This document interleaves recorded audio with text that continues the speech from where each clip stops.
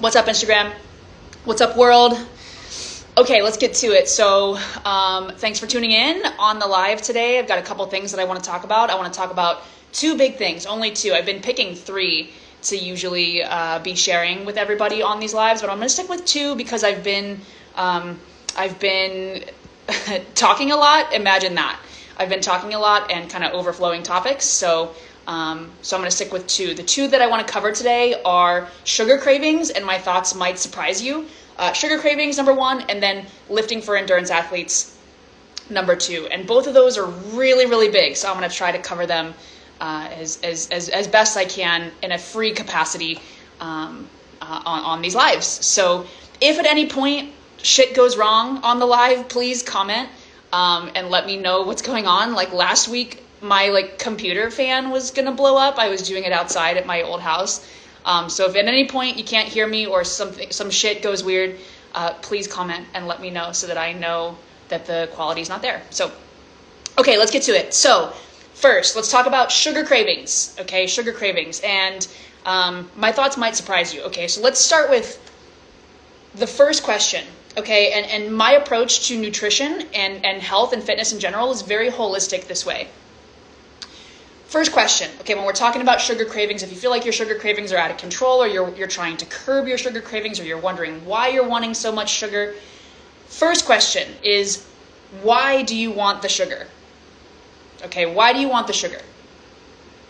And a lot of people can't even answer that question, right? They don't even know why. They don't even understand the physiology of how everything fits together. And so let's start with that question. Why do you want the sugar? Okay, and that's going to determine the answer to that's going to determine what I recommend and how I would advise people from there. Because from a holistic standpoint, humans largely, for the most part, need carbohydrates and need sugar. They need it for energy. It's the body's preferred energy source. Okay. Now, if we're getting into keto or diets that run on very low carbohydrates and low sugar, I mean, I would argue that a lot of those are not sustainable for the majority of the population.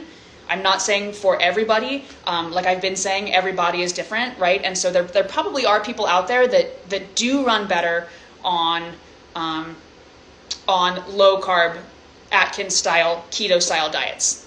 There probably are people out there, but for the most part, for the general population, that is not the case. Okay, so most people need carbohydrates. They need sugar. Sugar is a carbohydrate, if you didn't know that. They need that to perform at their best and to have energy throughout their day. Okay, so and when it comes to sugar, what I would throw out there is have it in balance to your energy output. Okay, so I didn't really realize how integral sugar was to energy, to performance, to recovery until I started doing Ironman and doing endurance athletics, right? Because Ironman athletes, endurance athletes, they run on sugar. That's like literally what we're eating the entire time that we're doing ultra marathons, doing Ironmans. It's sugar, right? So what I'm saying is, I'm trying to say balance is key. When you're looking at your intake of sugar, how much should you be having versus how much is too much? All those things. If you're moving a lot, particularly of the endurance variety, if you're trying to build muscle, then you need sugar, okay? And sugar cravings are normal. That is your body's way of saying, this is what we need to perform, to recover, to build muscle. This is what we need. It's sending you a signal that it needs that sugar, okay? So if you are an athlete and you're having sugar cravings, then eat the fucking sugar, okay? Like, period, end of story. Unless you're working on a very precise or tight diet or nutrition plan and your trainer has told you otherwise, right? So if you are an athlete and you're not trying to lose weight, then you need sugar, you need carbohydrates, and so just eat it, right? But it's all in balance with how much you're expending, okay? And this is where a trainer or a dietitian comes into play to help you find that amount that you need. So a lot of times people just hear from the media, from magazines in the grocery aisle, from TV commercials, from diet pill commercials on the radio, like sugar is bad. You should cut out sugar. You should eliminate sugar. No sugar diets, sugar fasts, all that shit. Let me ask you a question. How many athletes that you know, how many seriously performing athletes that you know cut sugar? Like none. Like none. So think about that. The fittest bodies in the world, the strongest bodies in the world, the most successful endurance athletes in the world are running on sugar. They're running on carbohydrates, okay? So one of the first things that we have to do in this discussion is to maybe rewire that in your brain, that sugar is not bad. Sugar is not inherently bad. It's not inherently bad, okay? So it all comes down to what you're balancing it with your energy output, okay? Sugar is not inherently bad. When it becomes a problem is when it doesn't match the output, right? What I'm saying is somebody who's very sedentary, somebody who doesn't work out, somebody who doesn't move, somebody who has a desk job, who sits in the car and goes to work and then sits at the job and then sits on the way back and then sits on the couch, they don't need a lot of sugar, right? They don't need a lot of sugar. So you have to look at your output versus the input, and you have to have that all balanced. That's the key. If you're an athlete and you're not trying to lose weight, you need sugar, you need carbohydrates. If you're having a craving, then that's your body telling you that it needs it, so eat it. Okay? But when we talk about people who aren't active, people who are trying to lose weight, if they're having sugar cravings, that opens up a whole different part of the discussion. Really, there's two more big parts that I want to say. In the sugar discussion, number one is if you are an athlete, you need sugar, so stop fighting it. Throw away what the media tells you to do. Throw away what the magazines tell you to do, what the fad diets tell you to do. If you are an athlete, you need sugar. And so if you're having a craving, then honor it and eat it. I had like 12 cookies at like 11 o'clock last night, and it was amazing because I'm kind of like getting back into endurance training right now. I took a little break. So yeah, I had like 12 cookies last night. I don't give a fuck, okay? I don't give a fuck. I eat like 4,000 calories a day, and I'm like tiny, okay? Don't be afraid of food. Don't be afraid of sugar if you're an athlete. So then number two, the next big thing that I want to say.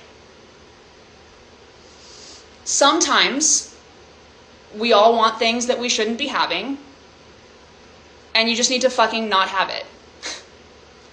Don't be so weak about it. Don't be so impulsive about it. Don't be, like, have some discipline, okay? And number three will counter that point, okay? So if you're hearing that and you're, like, rolling your eyes, like, oh, Tia's such a hard ass, that's not real life, like, number three is coming at you, okay? So sit tight for that. Sometimes, though, like, I mean, I wanna do all kinds of shit that I shouldn't be doing.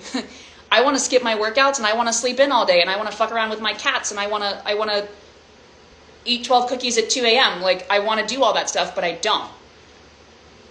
I want to eat cupcakes at 10 a.m., but it'll tank the rest of my day, so I don't. I love pizza and burger and fries, but I don't eat that for lunch because it'll tank my energy in the afternoon when I need to be the most productive, so I don't. Okay, so point number two is sometimes when you're having a desire for something, when you're having an impulse for something, a craving for something, you just don't, okay? You just fucking don't. And you need to have some discipline around that. I work with so many clients, and they're like, well, I just didn't stick with the program. And it's like, well, why? We all don't want to work out. We all don't want to eat chicken and broccoli sometimes, but we fucking do.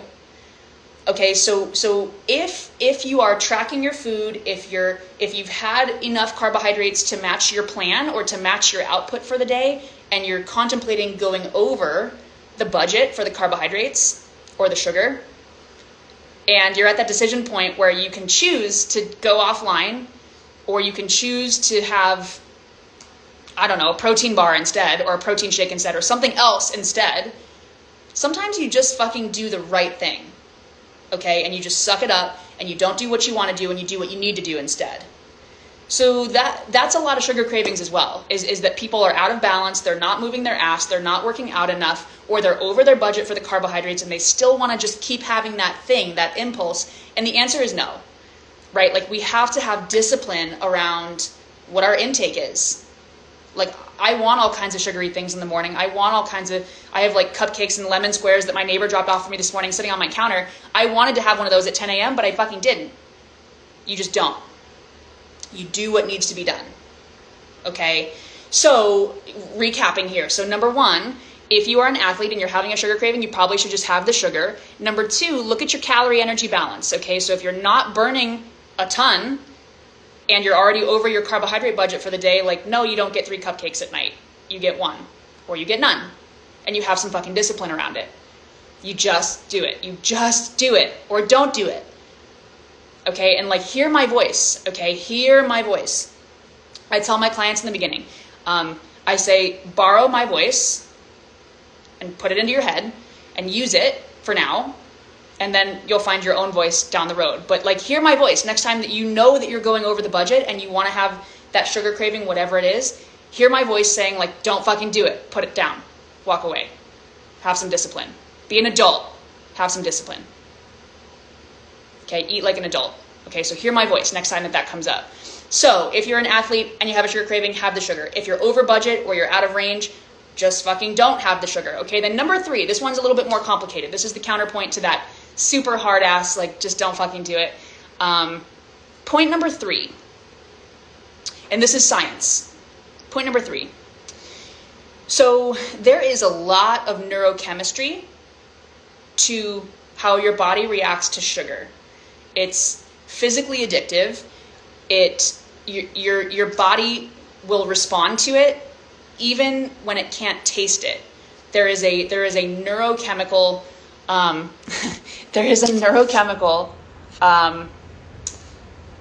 reaction that your body has to sugar. Okay, so that's really important to know.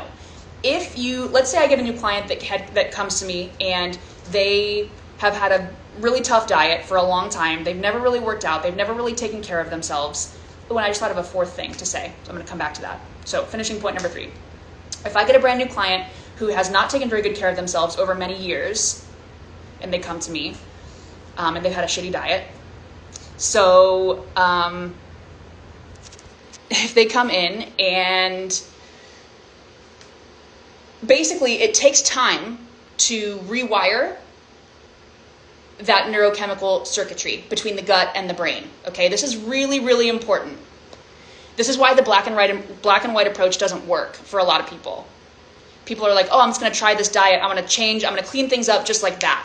And it rarely works. And there's a reason why. It's because your chemistry, your brain-gut connection physically needs to adapt to less sugar. It's dependent.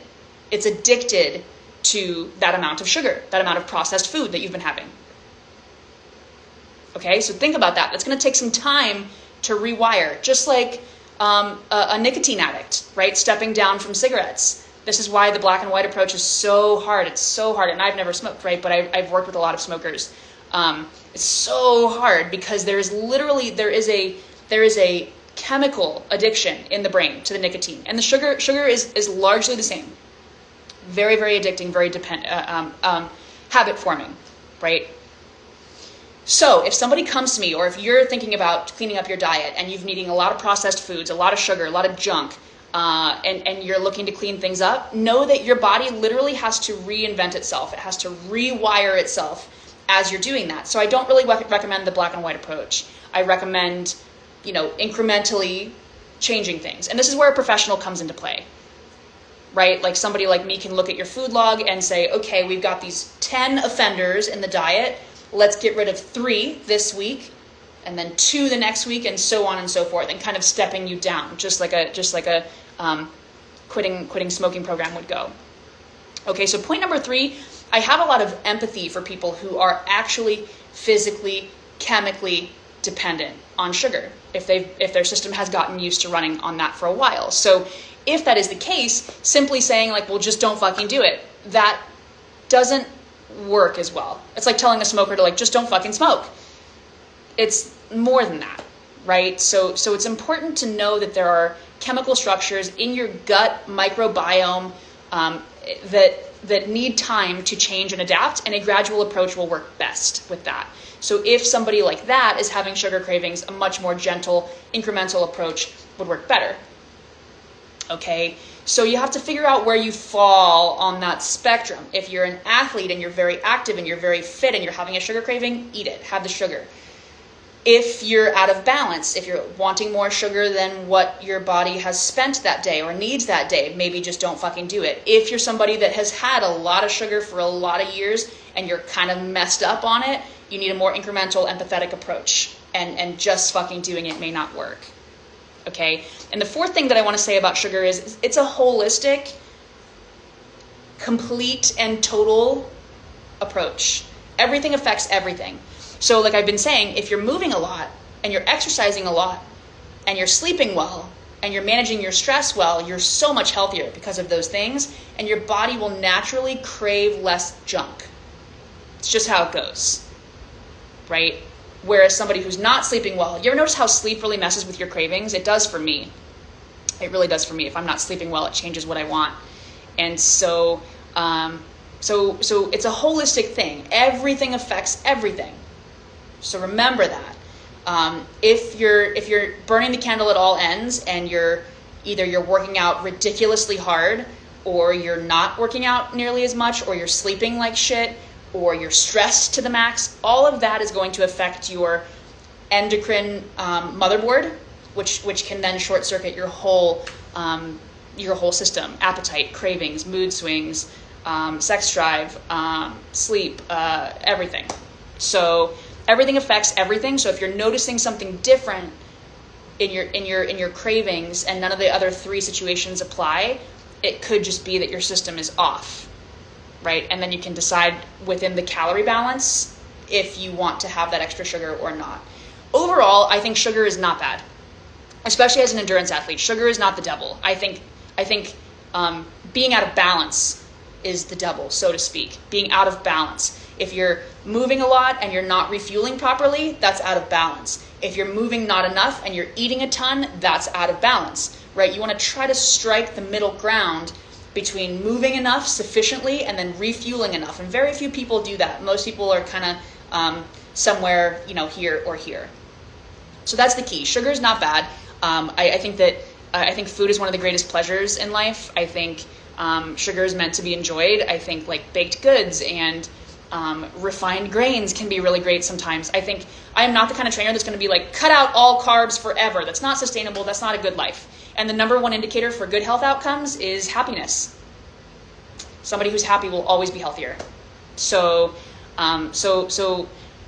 be happy, enjoy your food, keep it in balance, and work out hard. That is my mantra, right? Exercise hard, diet moderate. Okay. So that's sugar. That's everything that I want to say on sugar. If you got any questions, you can drop them in the comments. Let me know.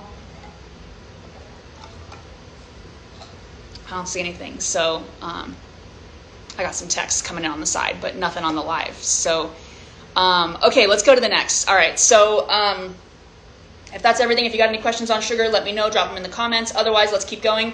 This is the big one, and I've already talked too much about sugar. I'm probably not going to fit this all in this time. Go figure, talking too much. But I'm going to try my best. So let's get to it. Lifting for endurance athletes. This is a big-ass fucking topic. Where do I even begin? Okay, so I've been doing Ironman and endurance for 6 years now. 6+ years, okay? And I was a bodybuilder before that. So I come from the strength world, and I'm newer to the endurance world, but I've been around the endurance world enough. I've done a lot of Ironmans and ultras and all the things. So I know both worlds, okay? I'm not an expert in endurance, but I know enough. And so when you want to put the two together, okay, so every endurance athlete out there needs to be lifting. Period. End of story, okay? Every endurance athlete in the world needs to be lifting weights. If you are not lifting weights as an endurance athlete, if you're not working on strength, you are leaving on the table speed, power, and injury prevention. Huge things. Speed, number one. Most people that do endurance want to be faster. So if you're not doing strength, you're missing that kick. That's huge, number one. Number two, power. Power translates to on the bike. Power translates to, it translates into speed, of course, but it translates into power up hills. It translates into control down hills. It translates to power on the bike. It translates to passing somebody on the swim, surging through. That's power. Power is mass times velocity, right? So strength would be the mass, speed would be the velocity, power is the two put together. So that's important when you want to pass, when you want to burst up hills, super important. Number three, the most important part for endurance athletes is injury prevention. Nobody wants to be injured. Nobody wants to have time to take downtime to not train. Being injured sucks. It is inevitable, but it does suck. And what's the first thing a PT is going to have you do when you get injured? They're going to have you do strength training, probably in your lats and glutes, two of the biggest muscles that you need to be training. Okay, so when you get injured, the first thing they're going to have you do is strength training. That should tell you something. That should tell you something. Okay, so if you were just doing your strength training all along, you would have likely prevented the injury. Okay? So, the best triathletes in the world, the best runners in the world, the best cyclists in the world, they all do strength training of some variety. Okay, so I don't think I need to say anything else to try to convince you to do it. The best endurance athletes in the world do strength, so you should too. Period. Okay, so now that we got that out of the way, now that we agree on that, so I believe in strength training all year round, 12 months out of the year. Okay, now let me qualify that. So you do cycle up and cycle down. Okay, meaning that you'll strength train more when you're far away from your races, and then you'll strength train less as you approach your races. Okay, so me personally, this is probably overkill. I lift up to 5 times a week when I'm far away from my races, like right now. Most of my endurance athletes lift 3 or 4 when they're far away from their races. That's like off season or down season lifting. When you approach your peak event, so you're approaching Ironman, you're approaching races, you're approaching your ultramarathon, whatever it is, we go down to 2. 2 lifts per week. That's your minimum, okay? So when it comes to frequency of lifting, 2 times per week is your minimum maintenance number. Maintenance, not progressing. 3 is your minimum progress number. 4 is more progress, 5 is maximal progress. That's how it works, okay? That's how we measure how many times a week should you be lifting. If you want to maintain, that's 2. If you want to make minimal progress, that's 3. If you want to make a little more, it's 4. You want to max out, it's 5. Okay, so that's how we decide how many times you should be lifting. That's a pretty constant across all goals and all clients, okay? So decide where that fits for you depending on where your races are. What I would recommend as well is having a block of time where lifting becomes the focus, or at least lifting has a bigger focus. And I've gone back and forth with a lot of triathletes about this, because I know triathletes, that's their priority year round. I come from the world of strength, so strength becomes my priority half of the year or a third of the year, because I just love it and it's my career, and I was like born in the weight room. Okay, so there should be a phase though where lifting has a bigger part on your stage in order to make progress. Otherwise, if you're only lifting twice per week all year round, 365 days a year, even when you're down cycling off of triathlon or endurance, 2 is your minimum maintenance number. It's not a progress number. It will be very hard to see progress and to make gains and to get better at twice per week. Okay, I cannot make that more clear. You endurance athletes out there, are you going to get better at swimming if you're swimming twice a week? No, we all know that. We all know the pain of swim frequency. It's like so annoying. Okay, even run frequency. I mean, all frequency. Frequency is a thing across all sports. You know that with triathlon. Apply it to strength. Okay, so there should be a phase in your year where you are focusing more on strength and you're getting up to at least 3 lifts a week, if not 4, to try to make progress there where it's far away from your races. And now, of course, I mean, there's so much that I want to say about this topic. I'm totally going to have to overflow this to next week. So a lot of endurance athletes don't like lifting. They don't like it because it doesn't feel like endurance. And I'm like, well, duh, it doesn't feel like endurance. It feels different and it feels great in a different way. That's the joy. That's the joy of weightlifting. Don't try to make weightlifting feel like endurance. It won't. It never will, and it shouldn't. If you try to make your strength training super high volume, super high reps, super low rest, circuit style, try to make it like you're breaking a sweat, keeping your heart rate up. If you make it try to feel like endurance, you're missing the point. You're not strength training anymore. That is the number one problem that most people do with their strength training for endurance. They try to make it feel like endurance, and it is not. And that is the joy of weightlifting. Now, I am such a purist. I love the weights. I love strength training. I love the electricity of strength training, the power, the aggression, the raw. I just love it. And you kind of get that with endurance, but you kind of don't. endurance is applied over time, right? You're applying that power and that speed for hours and hours. With weightlifting, it's 5 seconds. It's 5 seconds of all-out intensity. And that's fun. Okay, so what I'm trying to say is you can't make swimming feel like running. Swimming doesn't feel like running.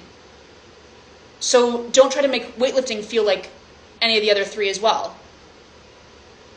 Don't expect that. Don't want that. Open your mind. Open yourself to a new experience and a new feeling and a new skill set. That is what I always say to my endurance athletes on like day one is like, don't expect it to feel the same. We are not going to keep your heart rate high. You're not really going to break a sweat unless we're outside in my gym and it's 110 degrees. Then you'll be sweating a little bit. But you're not going to break a sweat. Your heart rate's not going to be high the whole time. It's not going to be continuous. You're going to sit your ass on the bench for 2 minutes in between sets. You're going to sit right fucking there and not do anything for 2 minutes in between sets so that we can go maximally heavy. Okay, and that like blows people's minds. But that is what strength training is. Okay, it has to be different. So that's like rule number one, lifting for endurance athletes, is you have to embrace the difference. You have to let it be heavy, slow, punchy, intense, and really try to wrap your mind around that. And keep strength training for strength training, which leads me into like reps, right? Most endurance athletes lift way too many reps. Way too many reps. Sets of 10, 15, 20 or more. And they put it into like circuits. So they'll do like lat pull down times 20 and then squats times 20 and then bench press times 20 and then this times 20. And it's like, you just did 80 reps. Like, I don't even do that 80 reps in a whole workout. Okay, but that was one set that you just did, okay? So let's just start with reps.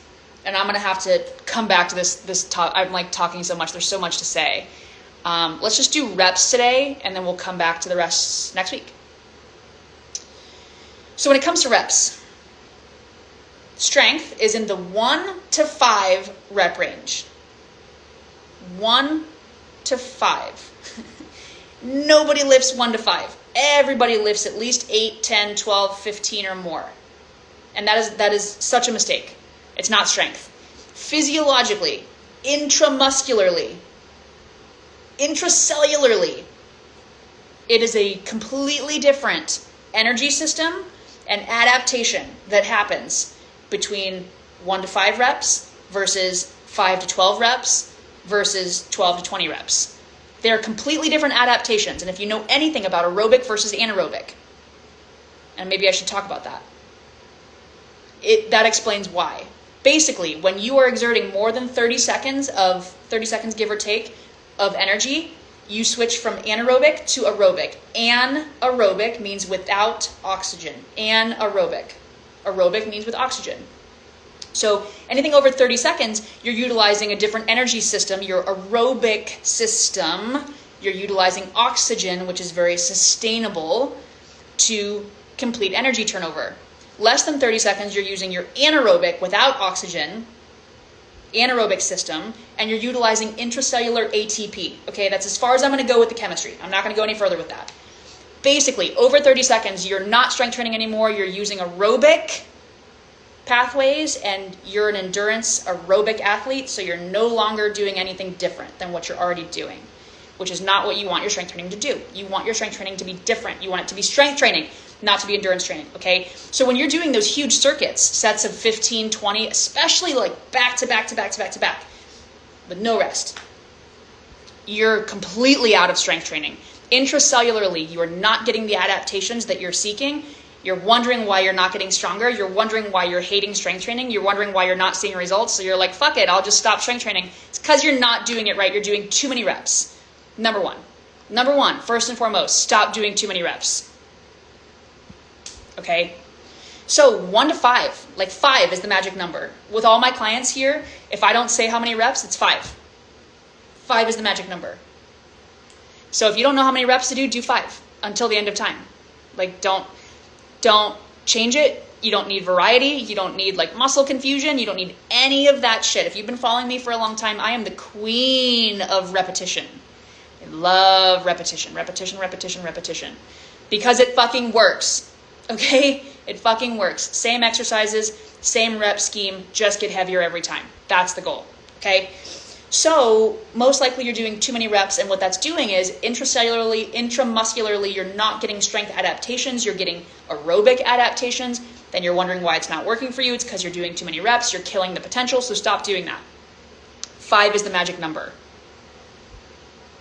So we've talked about a lot so far. We've talked about opening your mind, keeping strength training separate and different, and embracing and enjoying the difference between endurance and strength.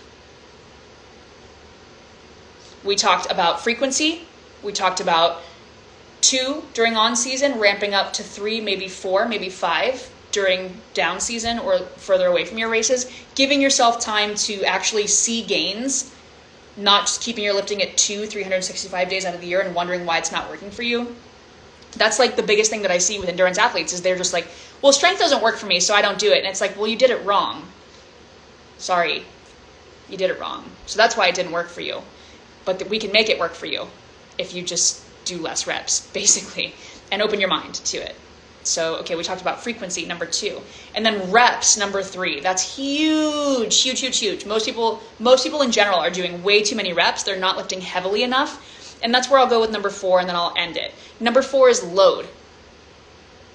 Load. Okay, load. How heavy? How heavy should you go? And the answer is always as heavily as you possibly fucking can with good technique. Period. End of story. There's not a lot of discussion there. There's not a lot of like variables there. Usually when I say something, there's 15 qualifications. It's like, well, in this scenario, do that, but in that scenario, do this. No, like as heavily as you can with good technique. And maybe I would qualify that without pain. No pain. Bad pain, that is. Good pain, we're fine with. Burning, normal, fatigue, fucking fine. You're fine. Push through that, okay? But like injury type of pain, no, don't push through that, okay? So load, how heavy? As heavily as you can with good technique. And most endurance athletes are like terrified to lift heavy. And here's the deal. It will interfere for a little while in the beginning. It will. It will. I'm not going to lie to you. I'm not going to sit here as a strength coach and an endurance athlete and say to you like, oh, it's not going to interfere at all. You're going to feel great. Like, no, the first time that you squat really heavy, it's going to like hurt when you run. And like when you like do heavy dips with a belt hanging off of you and you're going to go try to swim, like, yeah, you're going to feel that in your pecs. You are. I'm not going to lie to you in the beginning.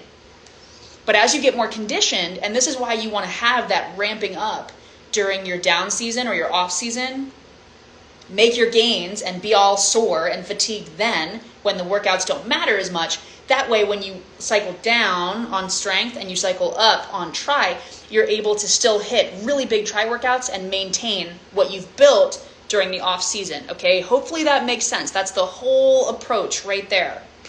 You want to lift as heavily as you can, especially during your down season, to try to build as much strength as you can and let it interfere with your tri workouts because they're not as important during that time. And then when you get into main season on triathlon, you're maintaining with less frequency. That's like the plan in a nutshell. Hopefully that made sense. Okay. So now as you get into season, as you're ramping up on season, coming up on races, decreasing on frequency on strength, your strength will go down a little bit when you're focusing more on tri. You have to trade one for the other.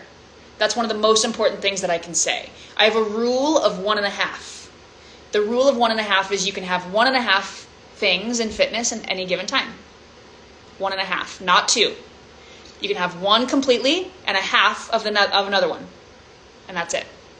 One completely and a half of another one. So if you're going to go all out on tri, then you're going to lose a little bit. You're going to lose half on strength. Now, I'm not saying you're going to lose 50% of your strength. I'm saying that you're only going to be able to half pursue, figuratively speaking, you're only going to be able to half pursue your strength during that time. Okay, so what else do I want to say? Load. Your strength will go down during that time. Basically, try to keep lifting as heavily as you can throughout that cycling down of strength, holding on to as much as you can. Let's say that I can deadlift 225 at the top of my strength build, and I go into tri season, and 1 week I hit deadlifts, and I'm like, fuck, I'm so tired, like I can only do 215 this week. And then the next week I'm like tired again and I can only hit 205, right? Like that's how the spiral down kind of happens. When you start building up on try or endurance, you're fucking tired and you just can't lift as much, and you just try to hold on to as much as you can. You really fight for that top end as much as you can, knowing that it will go down inevitably as you ramp up on season. And that's just how it goes, and that's okay. Typically, I only lose about 10 or 20%, depending, per triathlon ramp up. But that's not too bad, and you get it back within a couple of weeks. Once you're off of try or off of endurance and you're back to lifting again, or you've slowed down on that and you're back on lifting more, it comes back within a couple of weeks. So it's not the end of the world. Okay.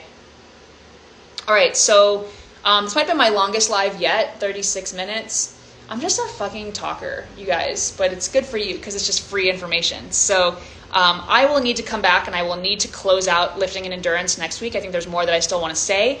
Thanks everybody for tuning in. If you have anything that you want to ask me, feel free to drop them in the comments or DM me, or, pigeon mail, fax, like get a hold of me, show up at my door, like whatever. Don't show up at my door though. Like I don't want that. I don't think anybody really knows where I live anyway. So, but let me know your questions. And remember, I'm doing monthly giveaways, just to kind of incentivize participation.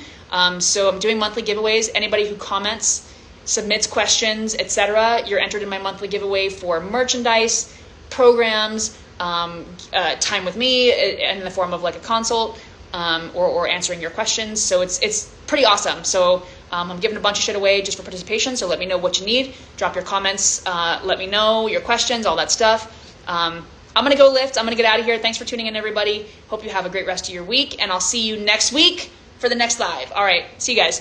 I'm going to sign off of Instagram first. Bye, guys.